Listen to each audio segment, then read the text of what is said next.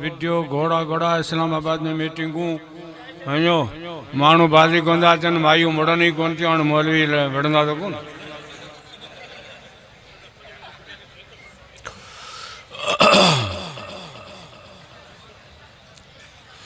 नहमदुहु व नुसल्ली व नुसल्लिमु अला रसूलिल करीम अम्मा बाद फौज़ु बिल्लाहि मिनश शैतानिर रजीम बिस्मिल्लाहिर रहमानिर रहीम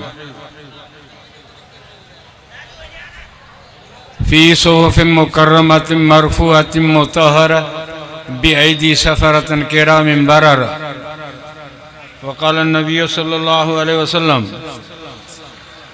अवल जैश मिन उम्मती यग़ुज़ून अल-बहर फ़क़द औजबल जन्नह सदक़ल्लाहु मौलाना अज़ीम व सदक़ रसूलुहु नबीयुल करीम व नहनु अला ज़ालिका लमिन शाहिदीन व शाकिरीन वल्हम्दुलिल्लाहि रब्बिल आलमीन अल्लाहुम्मा सल्लि व सल्लिम दाइमन अबदा अला हबीबिका खैरिल खल्क़ कुल्लिहिम। मोहतरम अज़ीज़ दोस्तों,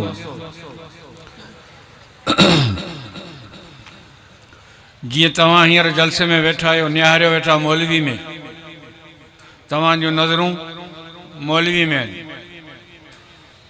वो मौलवी बदलबा आहिनि, केॾी महिल कहिड़ो मौलवी, केॾी महिल कहिड़ो मौलवी। अहिड़े तरीक़े सां मस्जिद नबीअ में जॾहिं सहाबाए किराम अची वेंदा हुआ त मिंबर ते साम्हूं ॿिन्ही जहाननि जो सरदार मोहम्मद मुस्तफ़ा वेठल हूंदो हो। सहाबा जूं नज़रूं रसूल जे चेहरे ते खुतल हूंदी हुयूं। असां 14 सदी असां मौलवियुनि खे ॾिठो आहे, सहाबा मोहम्मद मुस्तफ़ा खे ॾिठो। तव्हांजूं नज़रियूं मौलवियुनि ते आहिनि, सहाबा जूं नज़रूं रसूलुल्लाह ते हुयूं। तव्हांखे क़ुर मौलवियुनि पढ़ायो आहे, तव्हांखे क़ुर मौलवियुनि पढ़ायो, सहाबा खे क़ुर मोहम्मद मुस्तफ़ा पढ़ायो।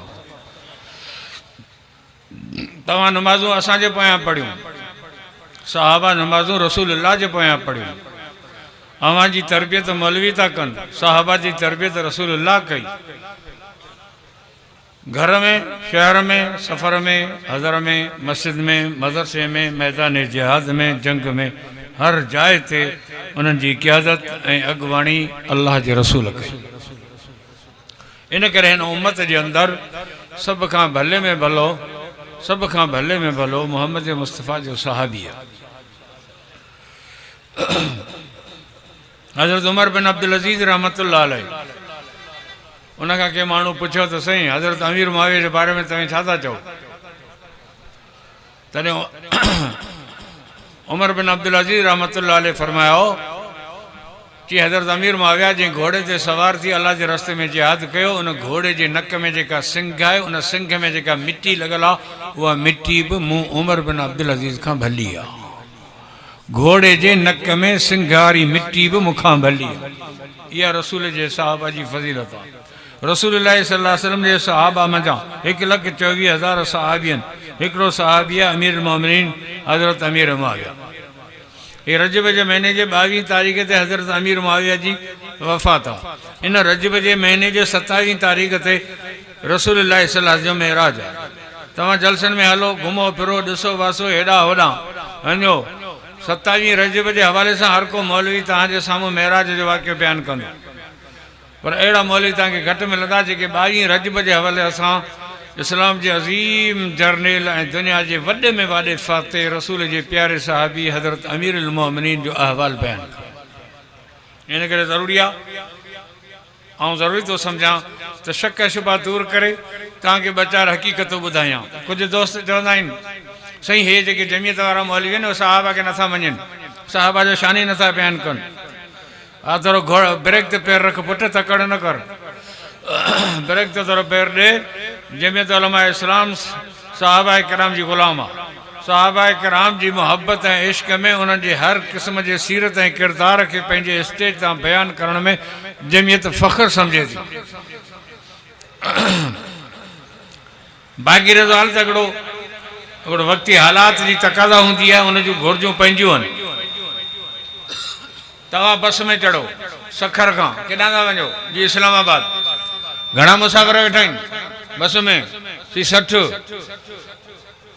उन में से शिया घणा आहिनि, सुनी घणी आहिनि? 55 सुनी आहिनि, 5 शिया आहिनि। अच्छा, हाणे तूं लही पओ बस मां लही पओ, चओ मां सफ़र न कंदुसि, छो ये 5 शिया वेठा आहिनि,